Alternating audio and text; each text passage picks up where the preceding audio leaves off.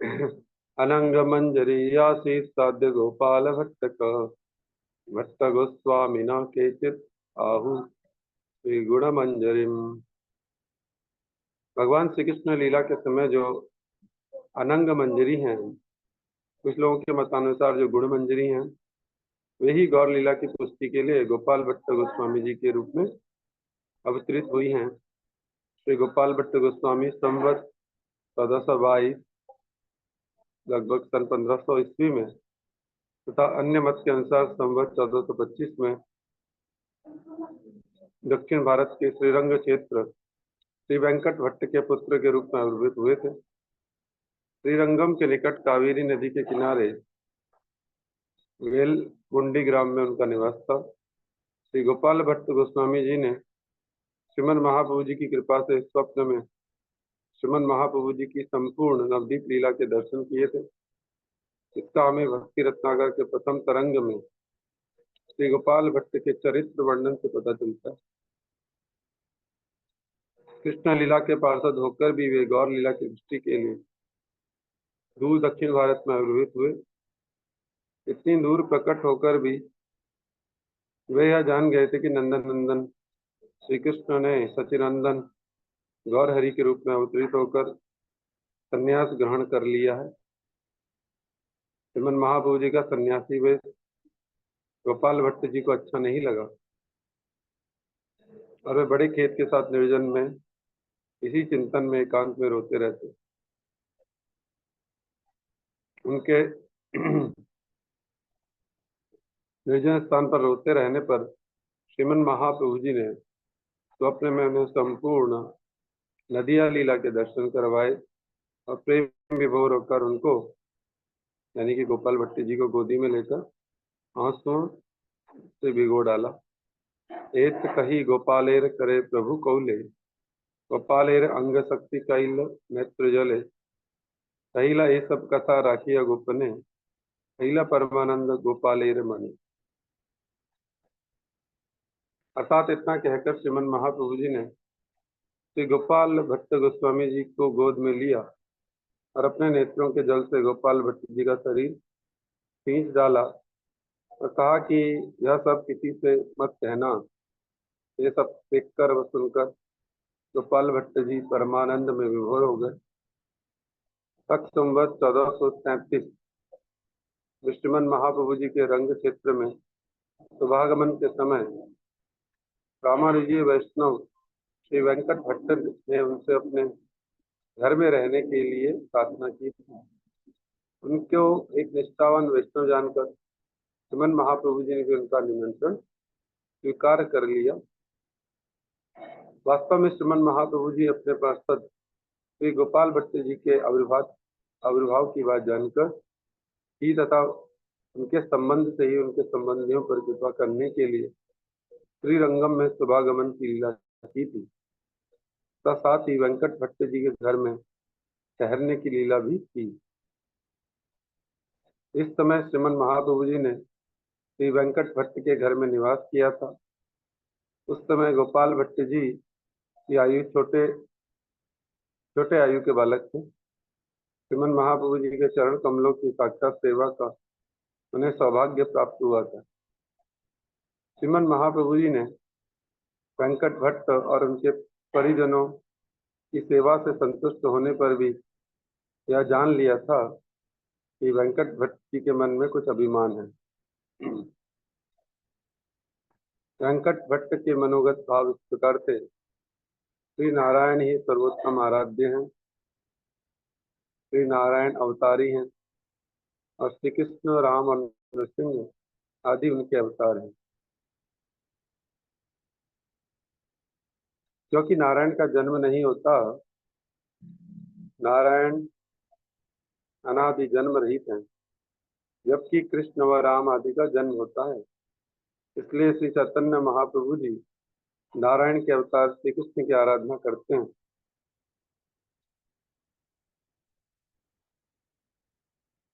जबकि वे स्वयं अवतारी श्री नारायण की आराधना करते हैं। मतलब महाप्रभु जी नारायण के अवतार कृष्ण की आराधना करते हैं और वे स्वयं भगवान श्रीरंगम यानी कि श्री नारायण की आराधना करते। इससे दर्पहारी भगवान मधुसूदन सबके दंभ का नाश कर देते हैं। अतः श्री चैतन्य महाप्रभु जी ने वेंकटपति जी का दर्प हरण करने के लिए एक दिन मजाक ही मजाक में उनसे कहा, देखो भाई वेंकट भट्ट, तुम्हारे आराध्य जो है श्री नारायण के समान तो ऐश्वर्य किसी का भी अन्य का नहीं है। तुम्हारी जो आराध्या है लक्ष्मी देवी, उनके ऐश्वर्य की भी कोई तुलना नहीं है। इसके ठीक विपरीत मेरे आराध्य श्री कृष्ण का कोई ऐश्वर्य नहीं है। वे तो जंगल के फूलों की माला, मोर का पंख आदि धारण किए रहते हैं। नंद ग्वाले के पुत्र हैं, ग्वाल बालकों के साथ जंगल में बछड़े चराते हैं। मेरी आराध्या गोपियों का भी कोई ऐश्वर्य नहीं है। वे तो दरिद्रा ग्वालिनियां हैं। आपसे मेरा यही प्रश्न है कि तुम्हारी आराध्या लक्ष्मी देवी ने श्री कृष्ण के संग की लालसा से श्री कृष्ण की रास लीला में प्रवेश का अधिकार प्राप्त करने के लिए वृंदावन श्रीवन में तपस्या क्यों की थी? वेंकट भट्ट जी ने साथ साथ उसके उत्तर में कहा, इसमें क्या दोष था? श्री लक्ष्मीपति नारायण है, वे ही राधापति कृष्ण हैं।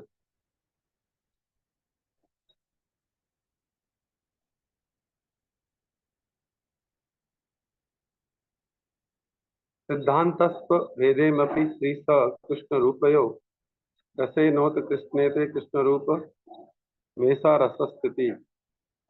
श्री कृष्ण में अधिक रस होने के कारण ही लक्ष्मी देवी जी ने श्री कृष्ण का संग प्राप्त करने की लालसा से तपस्या की। श्रीमन महाप्रभु जी ने कहा, मैं दोष की बात नहीं कर रहा हूँ। श्री कृष्ण और नारायण के तत्व में कोई भेद नहीं, एक ही तत्व में केवल रस का भेद है। माधुरी लीला में जो श्री कृष्ण है, ऐश्वर्य लीला में वे ही श्री नारायण है। श्री कृष्ण लीला में जो राधिका जी हैं, वही नारायण लीला में लक्ष्मी है। इसलिए श्री कृष्ण के संग की लालसा से तपस्या करने पर भी लक्ष्मी देवी जी के सत्यत्व की हानि तो नहीं होती। फिर भी श्री कृष्ण संग की लालसा से उन्होंने वृंदावन में तपस्या की थी। ऐसा क्यों? आपसे मेरा यह दूसरा प्रश्न है कि लक्ष्मी देवी जी ने तपस्या करने पर भी फिर श्री कृष्ण की रासलीला में प्रवेश का अधिकार क्यों नहीं पाया? वेंकट भट्ट जी इसका कोई उत्तर नहीं दे पाए और उत्तर न दे सकने पर बहुत दुखी हुए। महाप्रभु जी वेंकट भट्ट का दुख दूर करने के लिए उनको तसल्ली देते हुए बोले, अरे तुमने खुद ही तो पहले ही कहा था कि सिद्धांत श्री लक्ष्मीपति नारायण और राधापति श्री कृष्ण में कोई भेद नहीं है।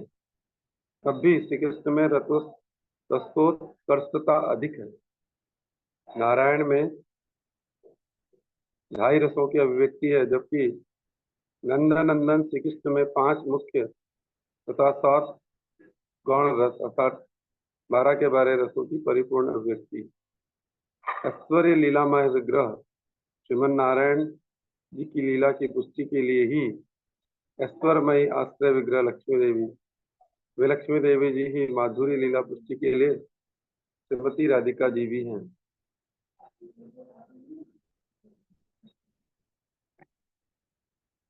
श्री राधिका जी और उनके विस्तार गोपियां भगवान कृष्ण के आश्रय विग्रह के अनुगत्य के बिना विषय विग्रह श्री कृष्ण के माधुर्य का आस्वादन नहीं हो सकता।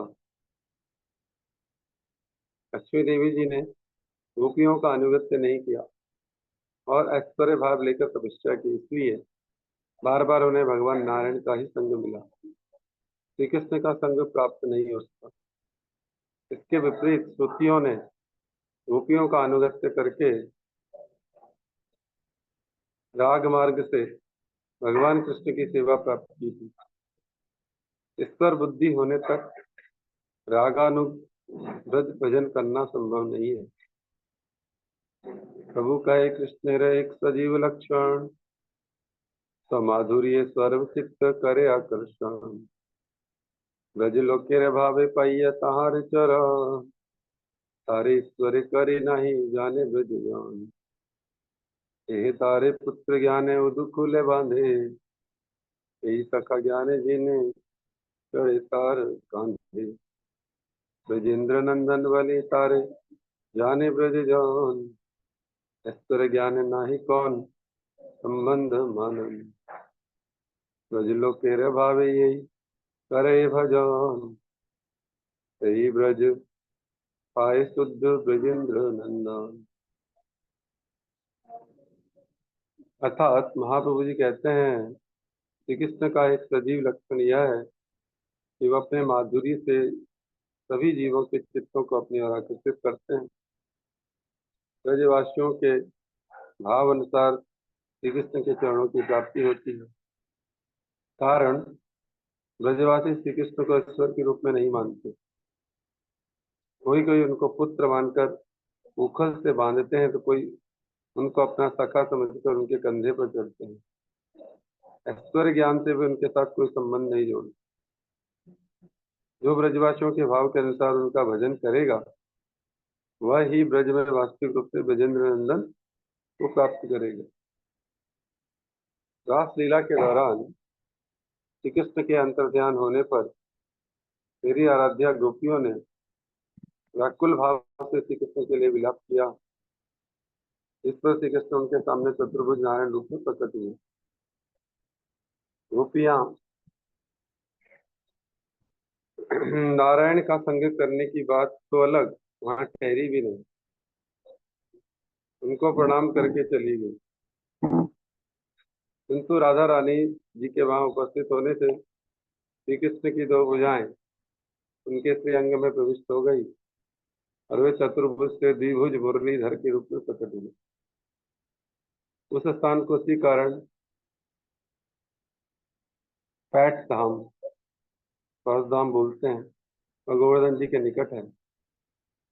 नंदन नंदन श्री कृष्ण ही अवतारी हैं तथा नारायण राम नरसिंह आदि उनके अवतार हैं। यार भगवत्ता इते अन्येरे भगवत्ता, स्वयं भगवान बलिते कहाँ ते तत्ता।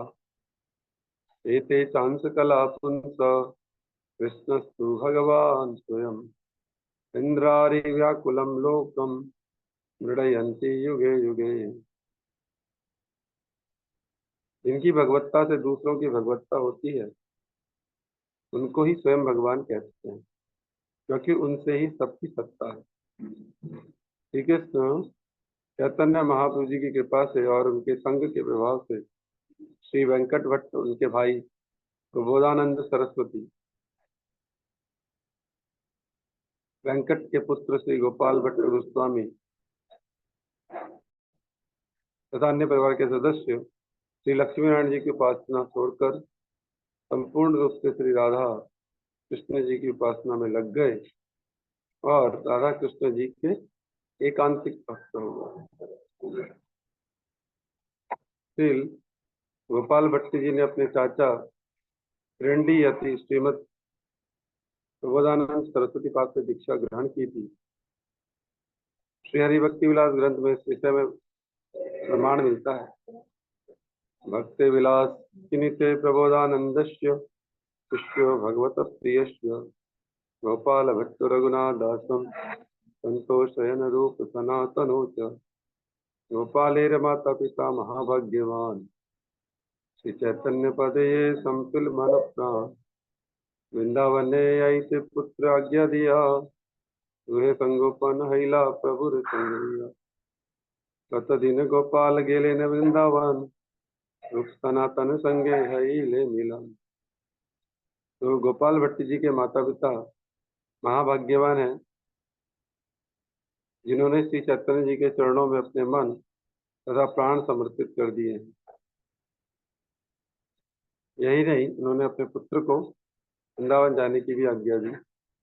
जब गोपाल भट्ट जी के माता पिता महाप्रभु जी का चिंतन करते हुए प्रकट हो गए तो उसके कुछ दिनों के बाद वे वृंदावन चले गए। वहां जाकर रूप गोस्वामी सनातन गोस्वामी जी से मिले। रूप गोस्वामी और सनातन गोस्वामी जी द्वारा श्रीमन महाप्रभु जी को नीलांचल धाम में श्री गोपाल भट्ट जी को वृंदावन पहुंचने का समाचार पत्र द्वारा भेजने पर श्रीमन महाप्रभु जी ने उस पत्र के उत्तर में परमानंद व्यक्त किया और रूप सनातन को गोपाल भट्ट जी से अपने भाई की भांति प्रेम करने के लिए लिखा। श्री सनातन गोस्वामी जी ने गोपाल भट्ट जी के नाम से हरिभक्ति विलास नामक ग्रंथ का प्रणयन किया। श्री रूप गोस्वामी जी ने भी गोपाल भट्ट गोस्वामी जी को अपने प्राणों के समान प्रिय मानकर उन्हें श्री राधा रमन जी की सेवा में नियुक्त कर दिया और इस प्रकार श्री गोपाल भट्ट गोस्वामी जी 6 गोस्वामी से एक बन गए। श्री गोपाल भट्ट गोस्वामी जी अपने को बहुत ही दीनहीन मानते थे। उन्होंने श्री कविराज गोस्वामी जी को चैतन्य चरितामृत में अपने विषय में लिखने के लिए मना किया था। इसी कारण कविराज गोस्वामी जी ने उनकी आज्ञा का उल्लंघन न करते हुए केवल उनके नाम का ही उल्लेख किया। श्री जीव गोस्वामी जी ने भी छठ संदर्भ में यह उल्लेख किया है कि गोपाल भट्ट गोस्वामी जी द्वारा लिखे ग्रंथों की सहायता से उन्होंने छठ संदर्भ लिखा। गोपाल भट्ट गोस्वामी जी सत्क्रिया सार दीपिका नामक ग्रंथ के रचयिता, हरिभक्ति विलास नामक ग्रंथ के संपादक और छठ संदर्भों के पूर्व लेखक हैं।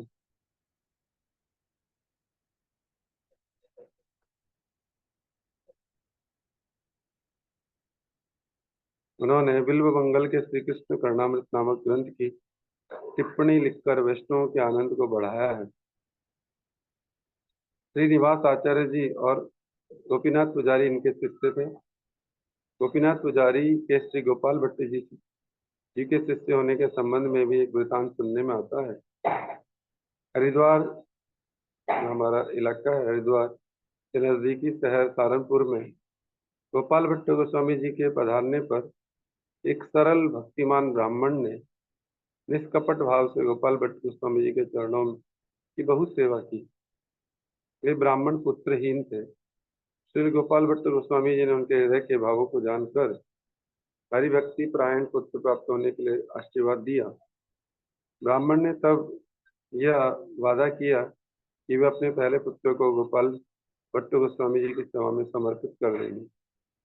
उस ब्राह्मण को गोपाल भट्ट गोस्वामी जी की कृपा से सुंदर पुत्र की प्राप्ति हुई। उस ब्राह्मण के वह पुत्र ही गोपीनाथ पुजारी थे। कहा जाता है कि श्रीमन महाप्रभु जी ने श्री गोपाल भट्ट गोस्वामी जी के प्रति स्नेह से भरकर उनको अपनी डोर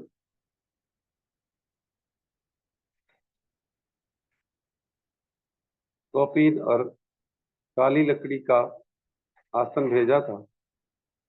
वृंदावन में श्री राधारमण मंदिर में श्रीमन महाप्रभु जी के उस डोर कौपीन आसन की आज भी पूजा होती है। श्री गोपाल भट्ट गोस्वामी जी जब उत्तर भारत में तीर्थ भ्रमण पर थे तब उन्हें गंडकी नदी के तट पर एक शालिग्राम शिला मिली और वह हमेशा उस शिला की ब्रजेंद्र नंदन श्री कृष्ण के रूप में पूजा करते थे। श्री विग्रह के बाईं ओर श्रीमती राधा रानी के प्रतिभू के रूप में चांदी का मुकुट रखा है। यह भी कहा जाता है कि गोपाल भट्ट गोस्वामी जी 12 शालिग्रामों की सेवा प्रतिदिन करते थे। एक बार उनके मन में यह इच्छा हुई कि यदि शालिग्राम विग्रह के रूप में प्रकट होते तो वे और अच्छी प्रकार से उनकी सेवा कर सकते थे। अंतर्यामी भगवान ने उनके हृदय के भावों को जानकर एक सेठ के माध्यम से अनेक अलंकार गहने उनके पास भिजवाए। श्री गोपाल भट्ट जी सोचने लगे कि अगर शालिग्राम जी श्री विग्रह के रूप में प्रकट न हो तो वे वस्त्र आभूषण इनका उन्हें कैसे सजा सकते हैं। रात को उन्होंने शालिग्राम जी को शयन कराया, परंतु दूसरे दिन सुबह उठकर देखा तो 12 शालिग्रामों के बीच एक शालिग्राम जी श्री राधा रमन ठाकुर जी के विग्रह के रूप में प्रकट हो गए, जिनकी श्री वृंदावन के राधा रमन मंदिर में नित्य प्रति सेवा पूजा होती है। श्री कृष्ण के अद्भुत प्राकट्य और करुणा की बात सुनकर रूप गोस्वामी जी और सनातन गोस्वामी जी आदि वैष्णव श्री राधा रमन जी के विग्रह दर्शन से आए और उनके दर्शन करके प्रेम में डूब गए। वैसाखी पूर्णिमा के दिन राधा रमन जी का अभिषेक का कार्य संपन्न हुआ। वृंदावन में श्री राधा रमन मंदिर की विशेष प्रसिद्धि है। शक संवत 1507 की आषाढ़ कृष्ण पंचमी और एक मतानुसार शक संवत श्रावण कृष्ण षष्ठी को श्री गोपाल भट्ट गोस्वामी जी ने इस जागतिक लीला को संवरण किया। श्री राधा रमन जी के मंदिर के पीछे उनका समाधि मंदिर है। श्रीनिवास आचार्य द्विराज खड़ गोस्वामी अष्टकम के पाठ से हम अपने गोस्वामियों की महिमा भली भांति समझ सकते हैं। यहाँ पर हम लोगों ने श्रवण कर लिया है गोपाल भट्ट गोस्वामी जी का चरित्र।